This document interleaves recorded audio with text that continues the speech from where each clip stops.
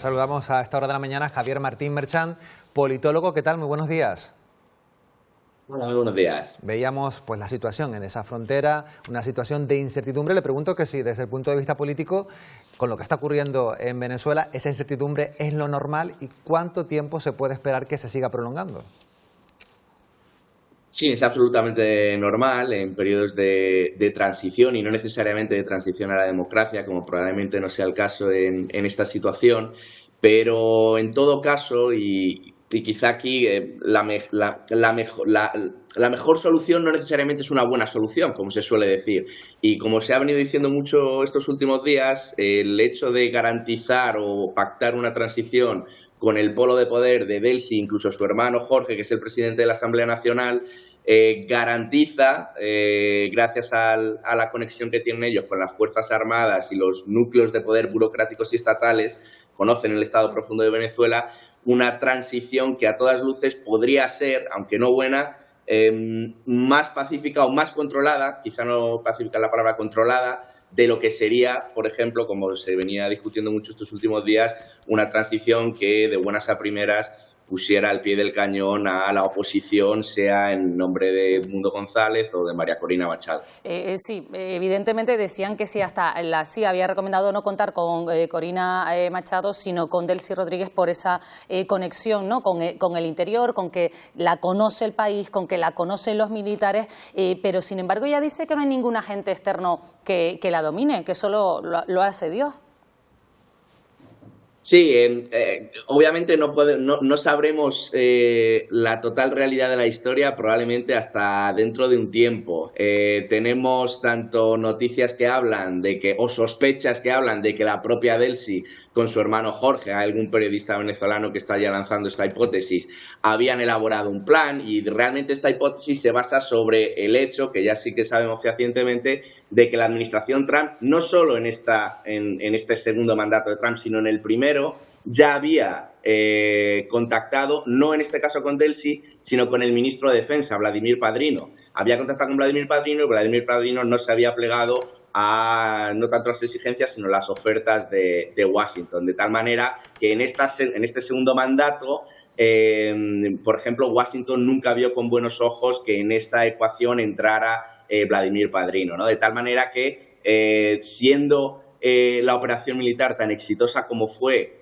y tan quirúrgica en cierto modo como fue, pues sí que desde luego no podemos descartar, no podemos afirmar tampoco, pero no podemos descartar que no solo Delcy, sino la familia Rodríguez, porque recuerdo que una de las personas más importantes en el aparato estatal de Venezuela es su hermano, el presidente de la Asamblea Nacional, Jorge Rodríguez, hayan podido participar de alguna manera en esta operación. Desde luego, quien no tenía posibilidad de hacerlo, aun siendo también un núcleo de poder dentro del país, era Vladimir Padrino, por la traición que sentía Washington del primer mandato, e incluso Diosdado Cabello, el ministro de Interior, que Washington lo apartó o lo quiso aislar de esta posibilidad del primer momento.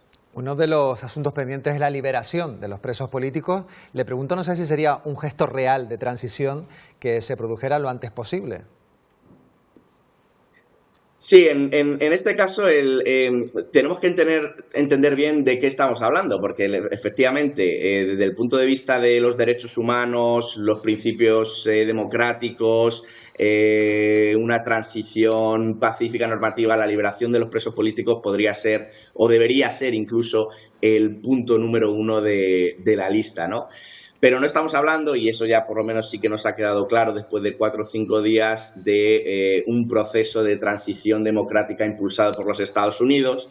Hay quien habla y viene insistiendo mucho en la idea de que Estados Unidos sencillamente quiere hacerse con los recursos naturales de Venezuela. No es tal la cosa tampoco, pero sí que es, y eso sí que es muy concordante con las acciones de Estados Unidos hasta el momento, ha sido repetido constantemente por Marcos Rubio en numerosas entrevistas de televisión, una proyección de lo que fue la Estrategia de Seguridad Nacional publicada por Estados Unidos hace recientemente unas semanas simplemente, en la que habla de la reimplementación de la doctrina Monroe con un corolario Trump. Estados Unidos quiere tener una zona de influencia, un espacio de influencia único, exclusivo en América, y eso incluye no tanto hacerse con unos recursos naturales, porque Estados Unidos, como decía Marco Rubio, no necesita el petróleo de Venezuela, ya tiene mucho, sino garantizar que no hay potencias hostiles, concretamente Rusia y China, que sí que están operando en esa zona y se están haciendo o explotando, aprovechando ese tipo de recursos. De eso va la operación militar. Entonces, si tenemos en cuenta que este es el objetivo fundamental de la operación de Trump y de Estados Unidos, la liberación de los presos políticos pasa necesariamente a un segundo plano. Y eso, en palabras pues un poco más coloquiales y sencillas, pues es lo que ha venido diciendo Trump en los últimos días cuando habla de petróleo, petróleo, petróleo. Bueno, no es solo petróleo, va mucho más allá, pero los presos políticos están en un segundo plano, no es ni mucho menos el primer objetivo. En ese afán, digamos, de controlar a América, estamos mirando a Groenlandia, porque evidentemente los líderes europeos temen que dé el paso de anexionarse. Incluso se habla que si es capaz de comprar, ¿no? Que dice que si quiere comprar Groenlandia, aunque también, según Donald Trump, la acción militar siempre es una opción. Desde Europa se está mirando porque evidentemente Groenlandia pertenece a Dinamarca a la Unión Europea.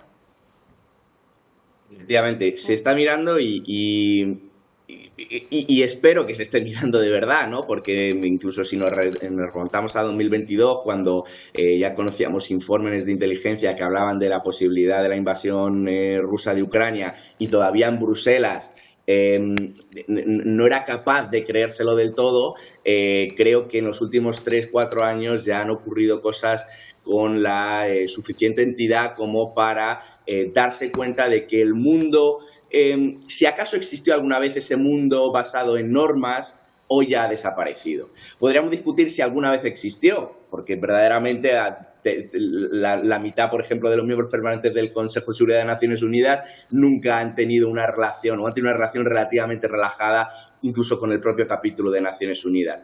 Pero si alguna vez existió ese mundo, o se respetó, o hubo retóricamente hubo un respeto mayor hacia ese tipo de mundo, por ejemplo, que hablaba también ayer el rey en la Pascua Militar, eso ha desaparecido. Lo hemos visto en los últimos años y la invasión rusa a Ucrania fue el punto de inflexión. Si Trump está hablando ahora de la posibilidad de Groenlandia en Europa, desde luego harían bien en tomárselo muy en serio, y no solo en tomárselo en serio, sino en darse cuenta que el tipo de disuasión ante eso, o el tipo de negociación o de diplomacia ante esa posibilidad, no puede ser una pasada precisamente en ese mundo basado en reglas que está desapareciendo. Efectivamente, Trump no descarta el uso de la fuerza militar. Estamos en un mundo realista, en un mundo de esferas de influencia. Estados Unidos, en los últimos tiempos, trataba de esconder retóricamente esta sensibilidad o esta inquietud por el mundo basado en esferas de influencia, de derechos humanos, de diplomacia, ¿no? Le daba, vamos a decir, incluía esta mentalidad dentro de una retórica un poco más normativa. China y Rusia, por ejemplo, nunca lo hicieron, y ahora estamos en una situación en la que Estados Unidos tampoco lo hace, y habla abiertamente del mundo realista de esferas de influencia que Europa pues ha tratado del que Europa ha tratado de escapar durante mucho tiempo. Pues habrá que estar muy pendientes. Javier Martín Merchan, muchísimas gracias, politólogo. Gracias por atendernos. Muy buenos días. Muchísimas gracias. Buenos días, un abrazo.